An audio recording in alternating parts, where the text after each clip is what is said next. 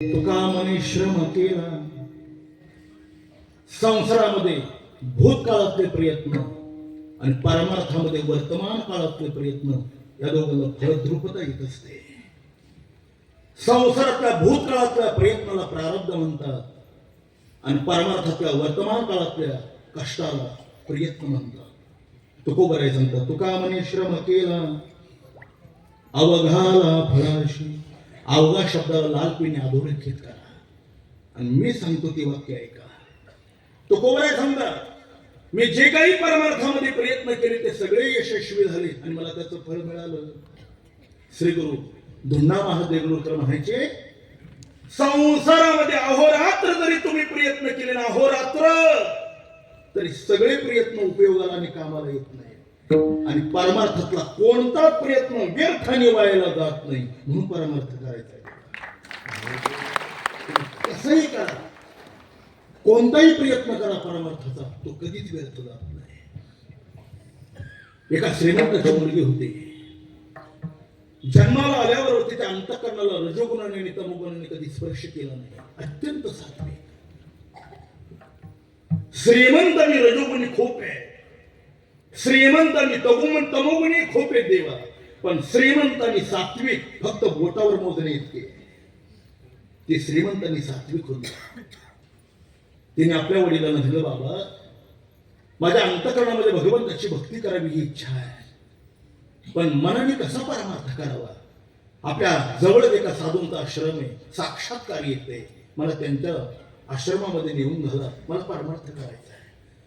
गुरेबा म्हणायचे एकट्याने परमार्थ करण्यापेक्षा संत संगतीमध्ये केलेला परमार्थ लवकर फलद्रूप होतो. एकल्या भाववळे काही सापडे तो काळे संतांच्या मुळे उभा ठाके आकेश किंवा संतासवे वसता योग ज्ञानी पैसता गुरु चरण उपासिता वैरागेश. बापही सात्विक होता तिचा. साधूंच्या आश्रमामध्ये तिला ठेवलं. राहण्याची खाण्याची पिण्याची सगळी व्यवस्था केली. बघता बघता काय प्रारब्ध कुणास ठाऊक एक ती आजारी पडली. त्या साधूने मुलीला झालं काय म्हणून एका राजवैद्याला बोलवलं. वैद्य वेगळा आणि डॉक्टर वेगळा.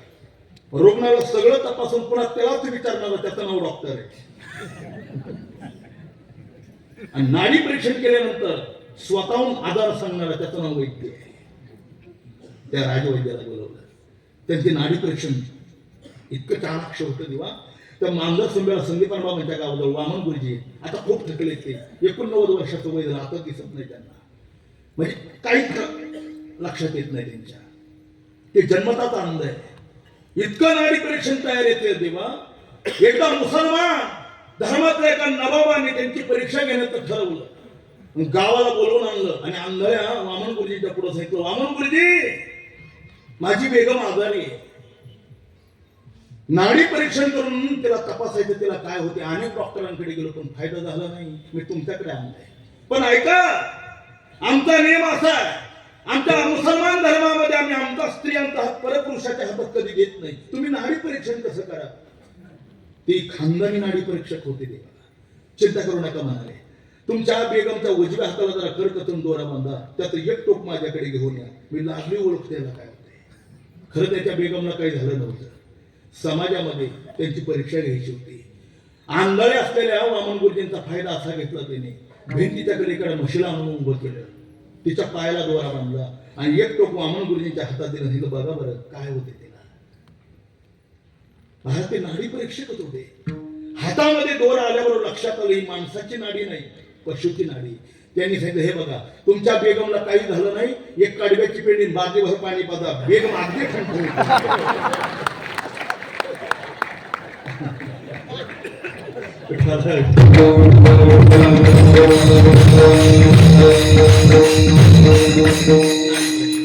तसं त्या मुलीला काय झालं म्हणून साधून एका नाडी परीक्षकाला बोलवलं. आयुष्यात कधी पुरुषाचा स्पर्श झाला नव्हता तिला. वैद्याने हातात हात घेतला आणि नाडी परीक्षण करत असताना त्या मुलीच्या मनामध्ये एवढंच आलं का पुरुषाचा स्पर्श असा असतो का असं मनात आणि प्राणोत्क्रमण झालं. अंते मते सागते अंतकाळाच्या वेळेला जशी बुद्धी होईल तसं शरीर मिळतं. पुढचा जन्म मिळाला तो वेश्येचा मिळाला तिथं नाव पिंगला वेश्या. पण परमार्थाची साधना व्यर्थाने वायाला गेली नाही. एके दिवशी निवांत असताना मागे केलेली तपश्चर्या एकदम फलद्रूप झाले. तेषां सतत युक्तानां भजतां प्रेरितपूर्वकं ददामि बुद्धी योगंतम येन नामोपयांति ते तव साह्य झाला हृदय निवासी. बुद्धी दिली ऐशी नाश नाही. भगवान परमात्म्याने दर्शन दिलं आणि पिंगलेला मुक्त केलं. परमार्थ व्हायला गेला नाही. परमार्थातलं काहीच व्हायला गेलं नाही. साधूचा आशीर्वाद असू द्या.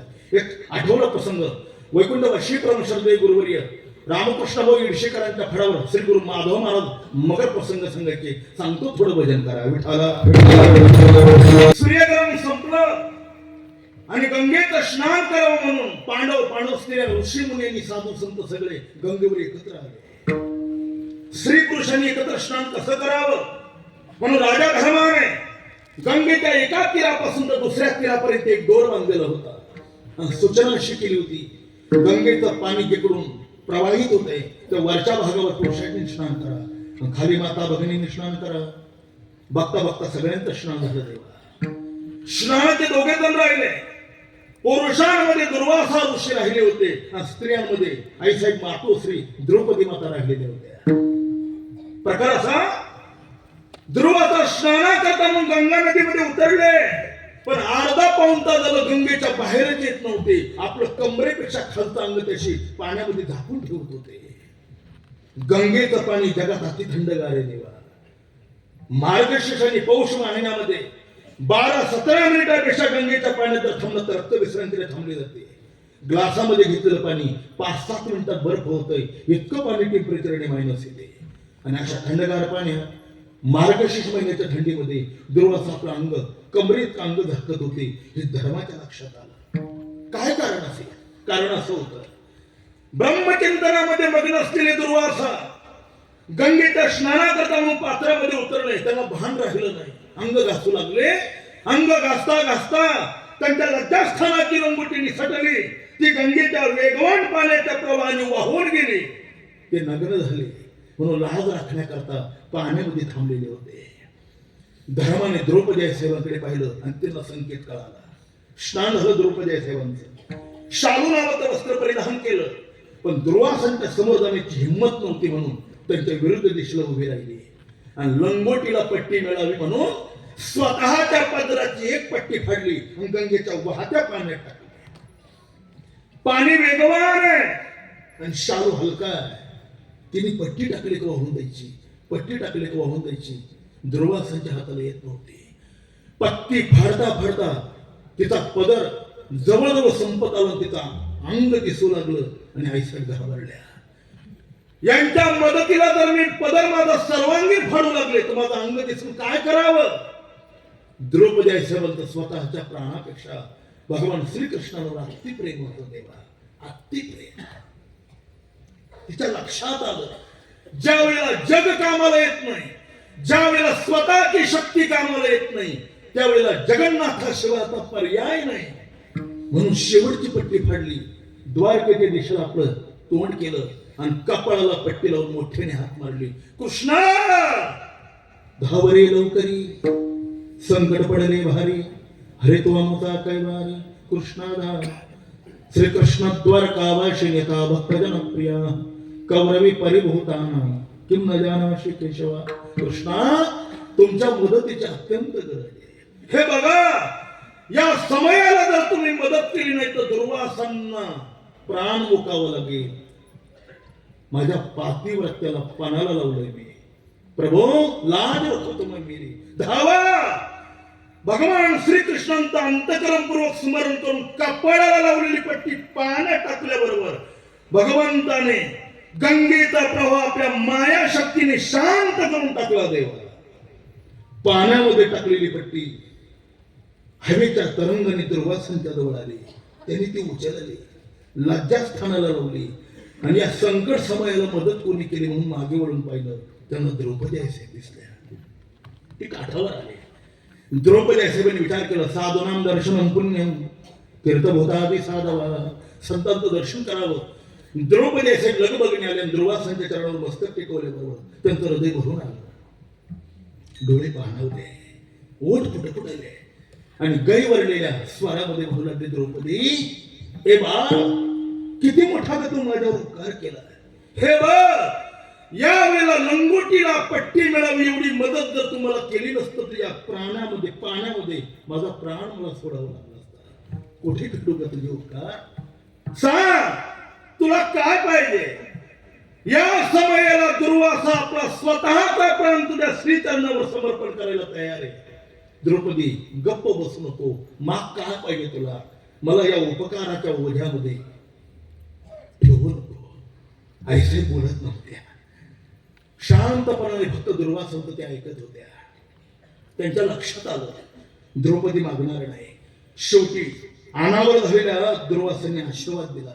द्रौपदी, आतापर्यंत केलेल्या या दुर्वासांची जी तपश्चर्या मी पणाला लावून तुला आशीर्वाद देतो. हे बघ, आज जशी तू माझी लाज राखली ना, तशी चिंता करू नको. ज्या दिवशी तुझ्या लज्जेत हनन होईल ना, त्या दिवशी भगवान कृष्ण परमात्मा तुझ्या अनंत पटीने लाज राखील. द्रौपदी, अनंत पटीने. हा दुर्वासांचा आशीर्वाद आहे. दिलेली पट्टी होती देवाची, पण ती सुद्धा व्यर्थ गेली नाही.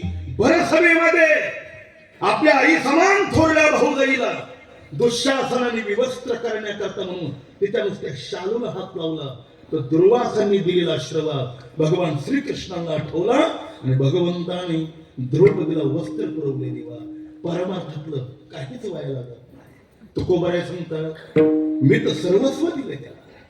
तुझं समर्पणे हे काय?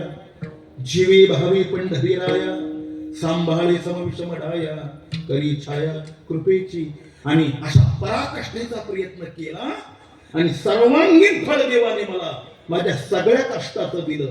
काय फळ मिळालं जगद्गुरु तुकोबाराय? त्याचं उत्तर तिसऱ्या चरणामध्ये. वाटे झाले